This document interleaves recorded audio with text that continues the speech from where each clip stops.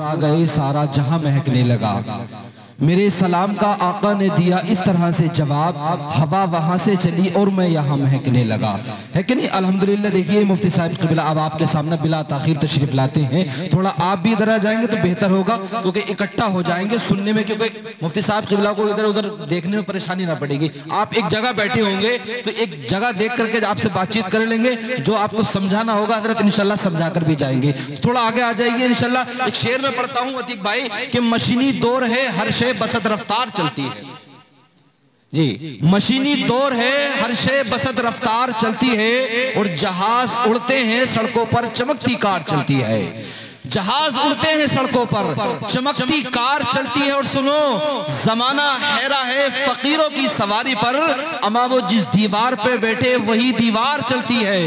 वो जिस दीवार पे बैठे वही दीवार चलती है। और आज लोग लड़ते हैं हिंदुस्तान में कुर्सियों हुकूमत के लिए।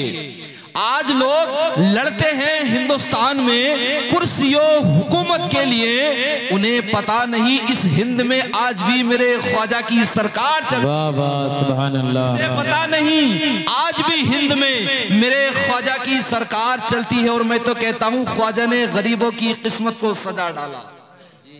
ख्वाजा ने गरीबों की किस्मत को सजा डाला और अजमेर को नाना का मदीना बना डाला। और तुम ये पूछते हो मैंने अपना दिल दिया है किसको?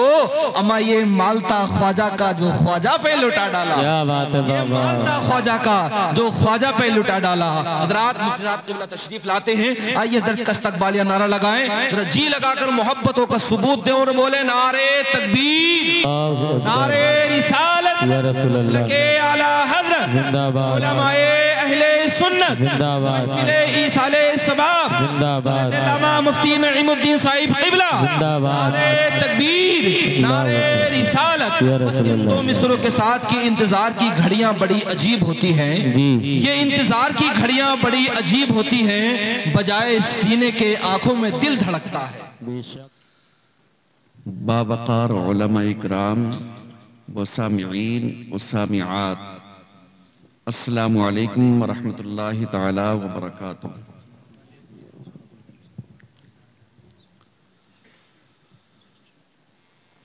अल्हम्दुलिल्लाहि वलिय्यिही वस्सलातु अला नबिय्यिही व अला आलिही व अस्हाबिहिल मुतअद्दिबीन बिआदाबी।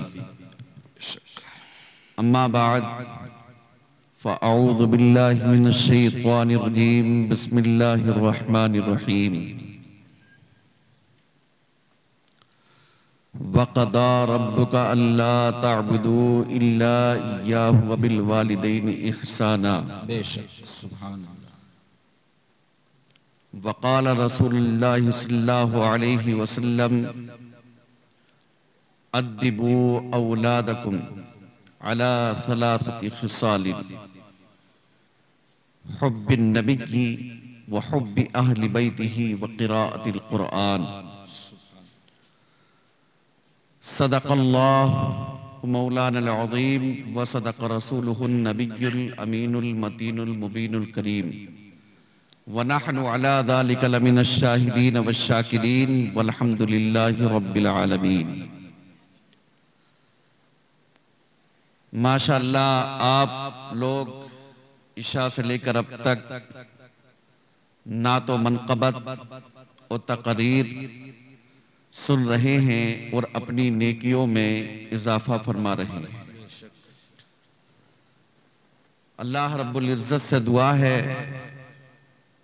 कि आली जनाब फ़हीम साहब के भाई और इनकी वालदा को जन्नत में आला मकाम अता फरमाए। आमीन, अल्लाहुम्मा आमीन। और जन्नतुल फिरदौस अता फरमाए। आमीन।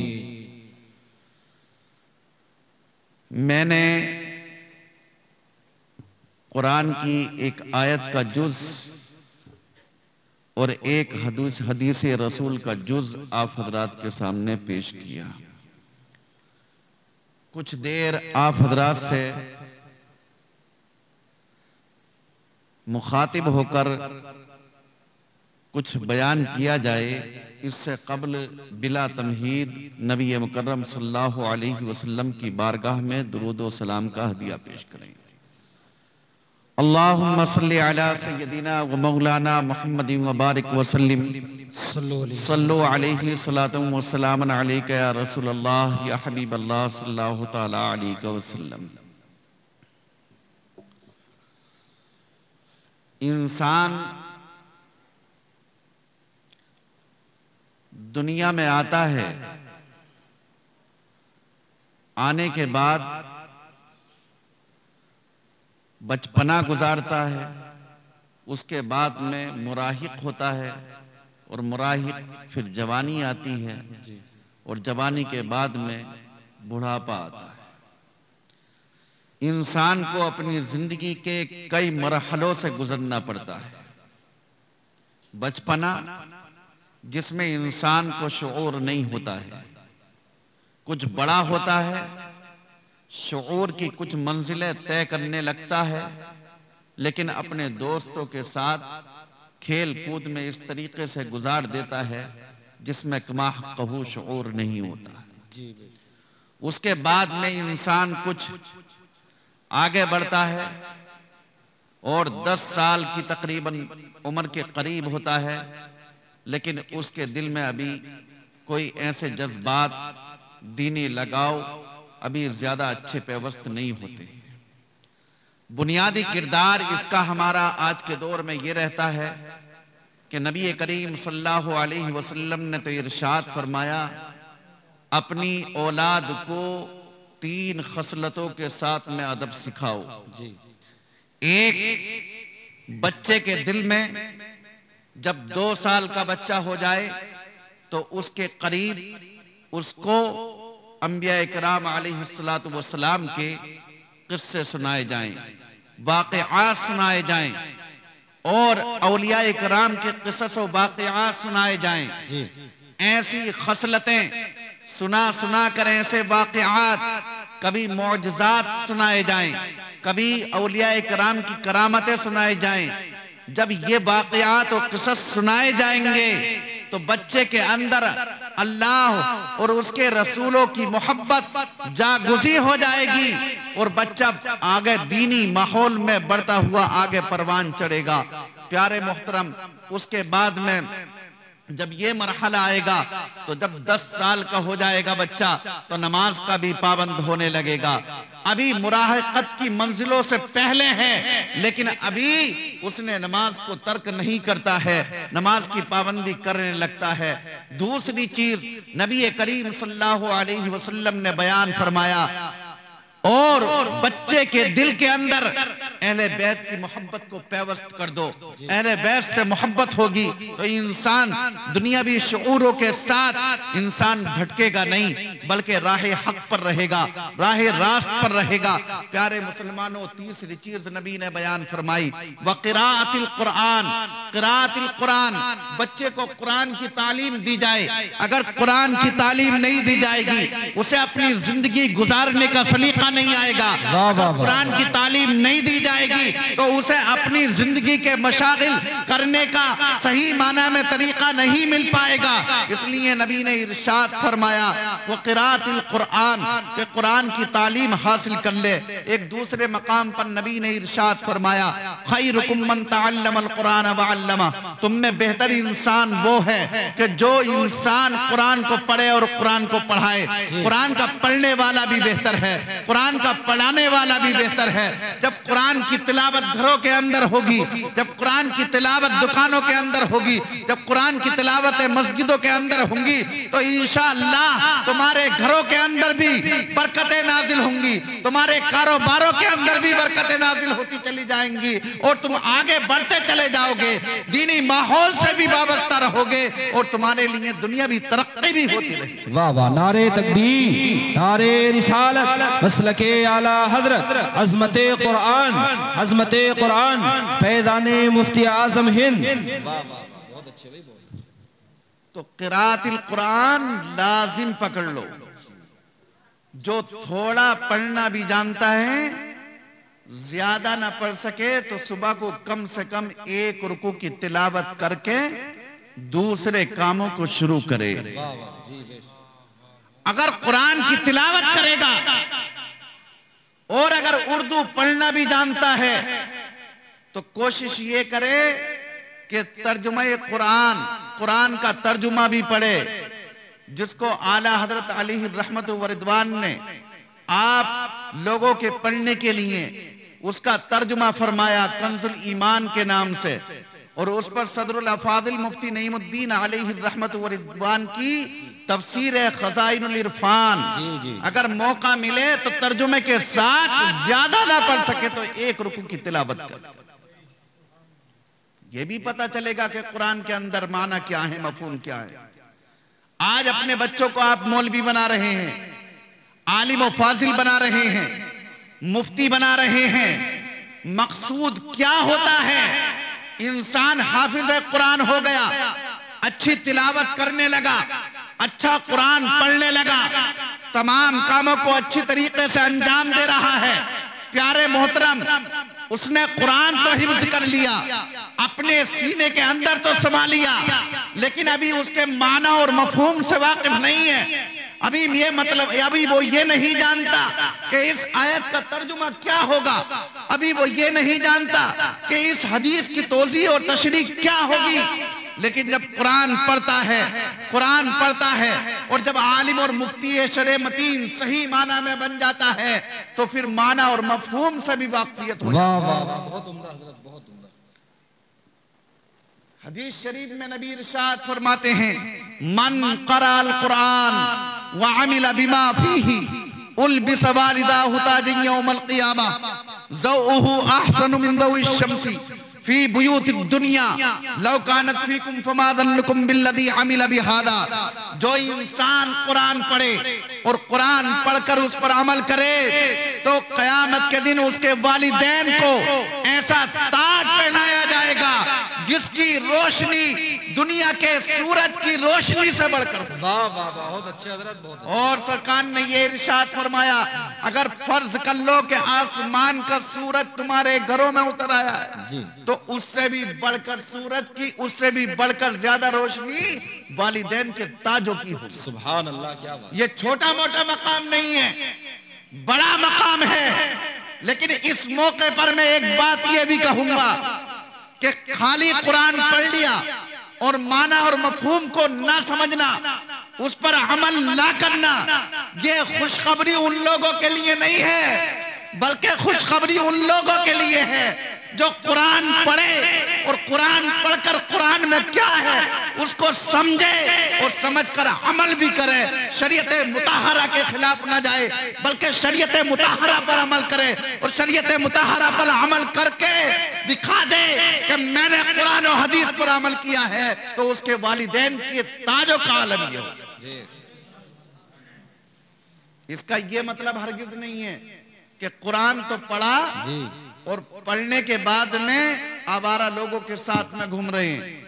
हाफिज कुरान आलिम दीन तो हैं, लेकिन नमाज हो रही है और वो रोडों पे घूम रहे हैं। नमाज हो रही है और वो अपने कामों में अपने कामों में मशगूल हैं।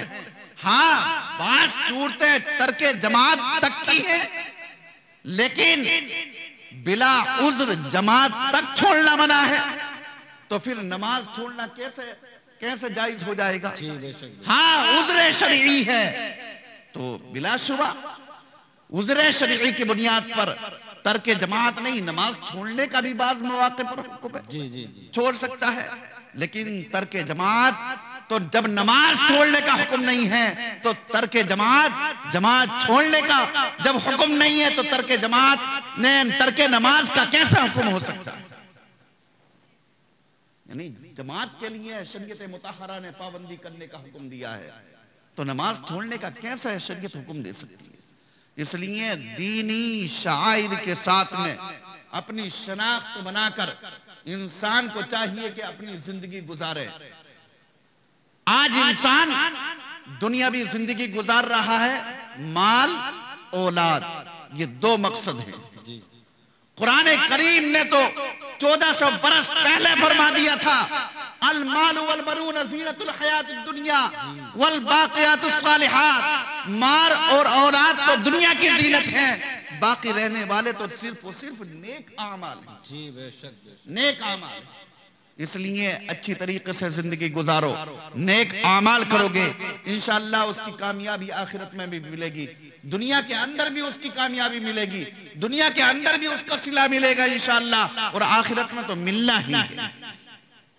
मैंने अपनी तकरीर को मौजू बनाया था वक़दा रब्बुका अल्ला ताबुदू इल्ला इय्याहु वबिल वालिदैनि इहसाना। तुम्हारे रब ने फैसला फरमाया कि तुम एक खुदा की इबादत करो। वक़दा रब्बुका अल्ला ताबुदू इल्ला इय्याहु वबिल वालिदैनि इहसाना, और माँ बाप के साथ में हुस्न सलूक करो। प्यारे मुसलमानों, मैंने बताया था इंसानी जिंदगी के चंद मरहले होते हैं। एक बचपना होता है, एक जवानी होती है, एक बुढ़ापा होता है।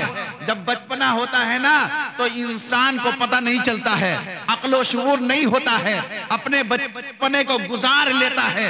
लेकिन जब जवानी का आलम आता है, इंसान जवान है, कड़ियल है, कवी है, ताकतवर है, ज़ईफ और नातवा नहीं है, कमजोर नहीं है, जवानी है, ताकत है, उसके पट्टे मजबूत हैं, उसके पट्टे मफतूल हैं, बटे हुए हैं। प्यारे मुसलमानों, उस वक्त अगर कोई परेशानी आती है ना तो वो परेशानी को झेल लेता है। परेशानी और मुसीबत के आलाम भी आते हैं ना तो बर्दाश्त करने के हौसला और ताकत होता है।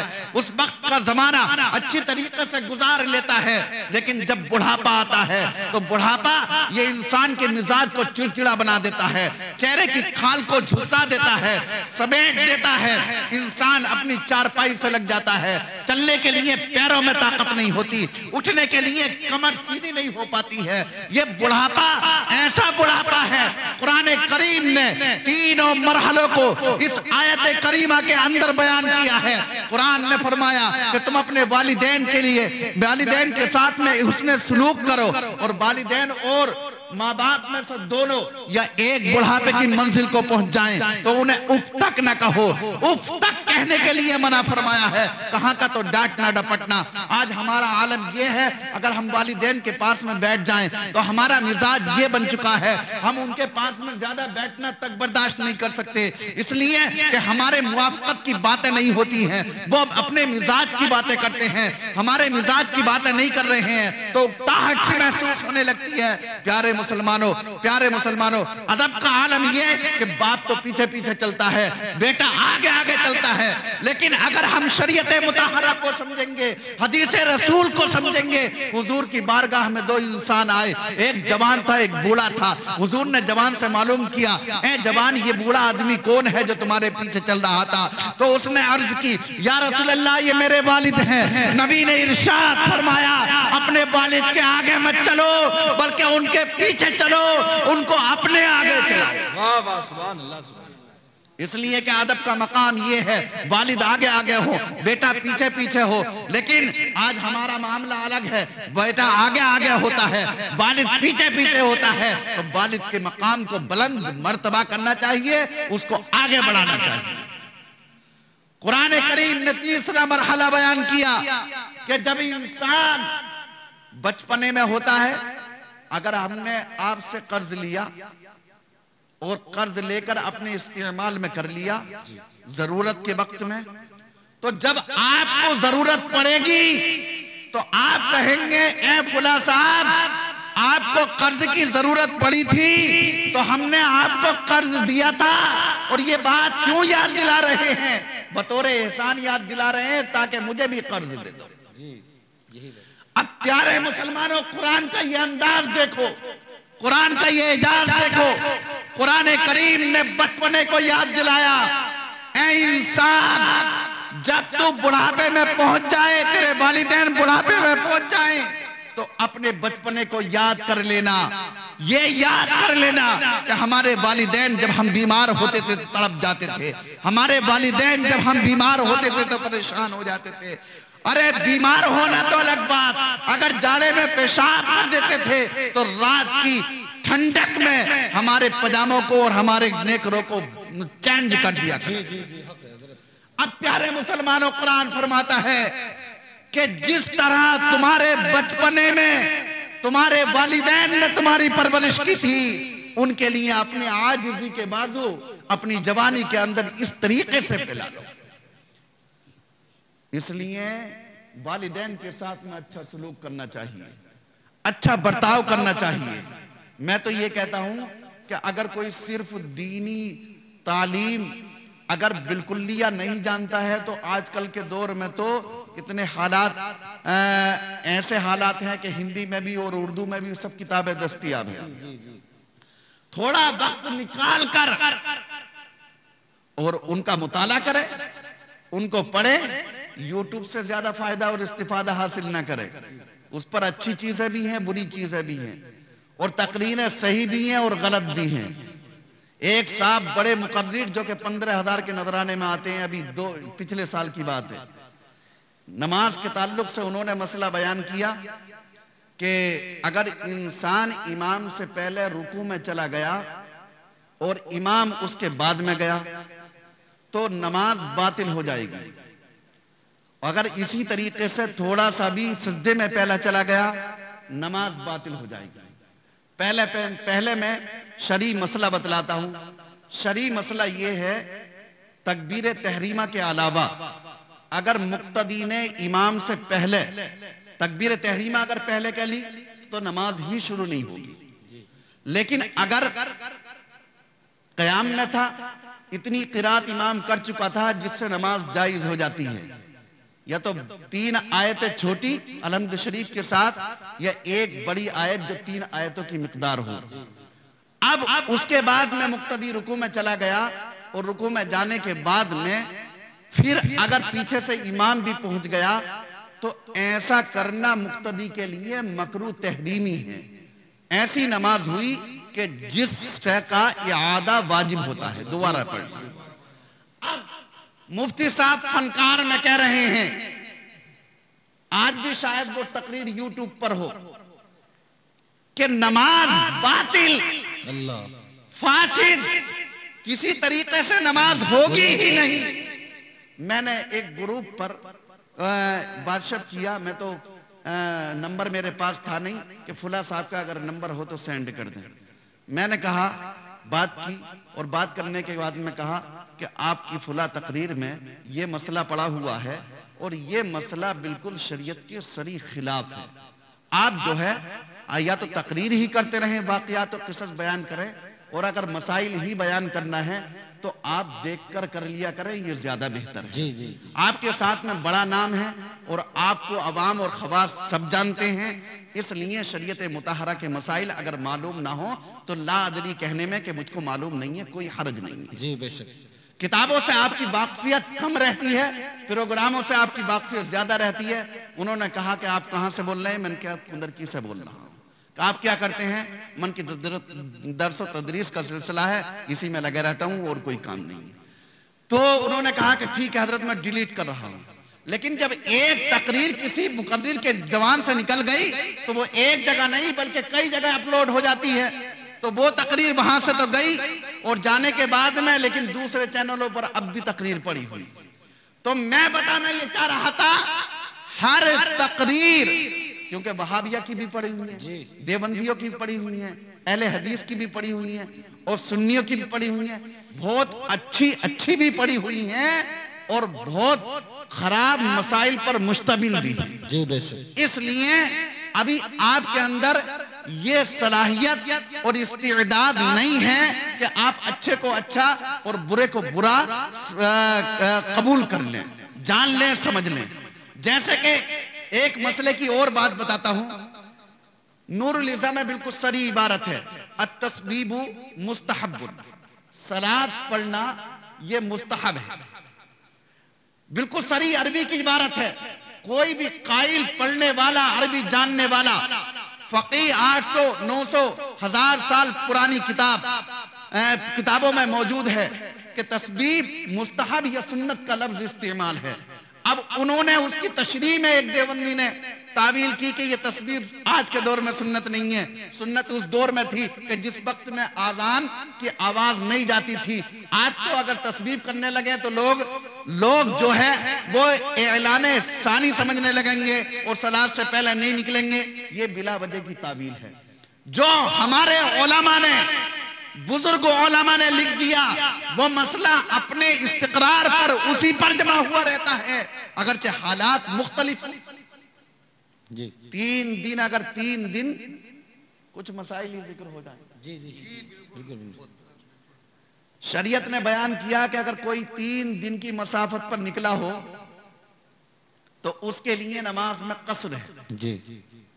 4 फर्ज को 2 पड़ेगा, ये किताबों में मिलता है। अब अगर 3 दिन में आज के दौर में आप सफर करें, कितनी दूर पहुंच जाएंगे? हिंदुस्तान आज के दौर में ऐसे हालात हैं, तो वो हालात जो 3 दिन के थे वो तकरीबन 92 किलोमीटर 57.5 मील होता है।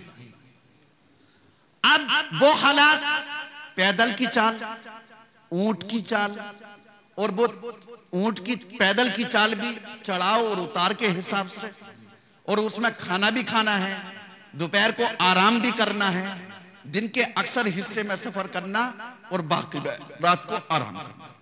तो वो हमारे उलमा ने 3 दिन की मसाफत बयान की।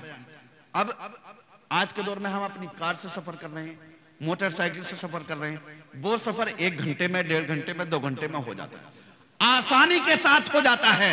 अब कोई ये कहने लगे अब तो सफर में मशक्कत है ही नहीं, तो कसर भी नहीं होनी चाहिए, कसर भी नहीं होनी चाहिए। जो मसला हमारे नबी ने फरमा दिया वो अपने असल पर रहेगा, उसमें कोई तगय्युर और तबद्दुल नहीं होगा। अगर 1 घंटे में 92 किलोमीटर तय हो जाता है और उसके इरादे से निकला है, तो आज भी नमाज में घर से, गांव से, आबादी से निकलने के बाद में नमाज में कसर करेगा। जी बेशक बेशक। 4 की फर्जों में कसर है, सुन्नतों में कसर नहीं है, और फजर में कसर नहीं है, और मगरिब में कसर नहीं है, क्योंकि 4 और 2। एक बात और बताऊं, अल अशबाब वन नज़ाइर में, ये किताब मुफ्तियत के अंदर पढ़ाई जाती है, उसमें ये बात सरी लिखी हुई है, पहले नमाज ये 4 वाली 2 ही नाजिल हुई थी, तो मुसाफिर के हक में तो वही 2 रह गई, और मुकीम के हक में 2 नहीं बल्कि 4 हो गई। तो मसला अपने असल पर रहेगा।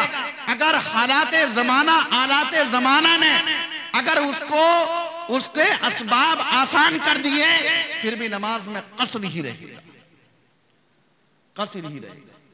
कसर का मतलब फर्ज में 4 है तो 2 पढ़ना है। अब जैसे आप बरेली जाते हैं, किसी मजार पर गए, जाने का इरादा है घर से वहीं तक, और वहां से 92 किलोमीटर का ये इरादा है, तो आबादी से निकलेंगे तो नमाज में कसर करेंगे। अब मैं असले मौजू पर आता हूं, बात आ गई। तो दीन की समझ हमारे अंदर होनी चाहिए, माँ बाप का अदब और एहतराम होना चाहिए, माँ बाप के साथ में हुस्न सलूक होना चाहिए। आज के दौर में एक हालात और हैं, देखो एक मसला और बताता हूं, अगर कोई अपनी औलाद को वरासा से, तरके से जो माले मीरास छोड़ा, अगर वो शरीयत की नजर में उसको साकित करना चाहे तो नहीं कर सकता, और दुनियावी हुकूमत की नजर में अगर कोई करना चाहे तो कर सकता है। किसी अपने बेटे को बेदखल करना चाहे कि मैं अपनी जायदाद नहीं दे दिया, तो दुनियावी अहकाम ये हुकूमती नजर के सतह के तहत वो साकित कर सकता है, लेकिन शरीयत में साकित नहीं कर सकता। अब कोई इंसान मरने से पहले अपने सारे माल की वसीयत नहीं कर सकता, बल्कि 1/3 माल की वसीयत कर सकता है, और उसमें वसीयत नाफिज हो सकती है, लेकिन 1/3 से ज्यादा में वसीयत नाफिज नहीं होगी।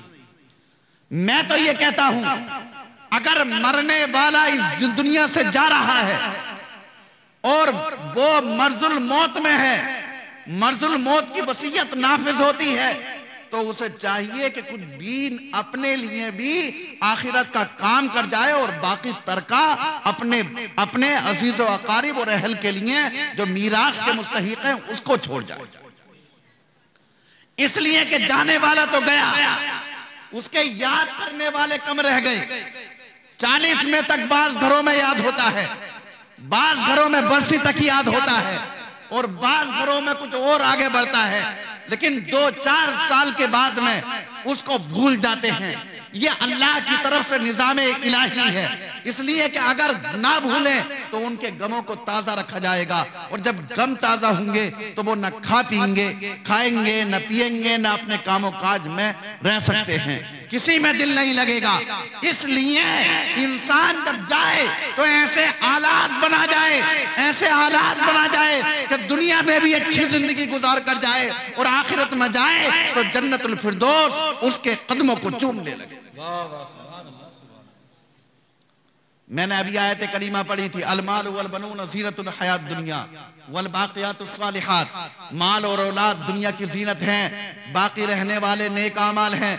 प्यारे सुनो, माल कारून से ज्यादा किसके पास हो सकता है? उसका जिक्र तो कुरान करीम ने इरशाद फरमाया, इन्ना कारून कान मिन कौम मूसा फबगा अलैहि वातैना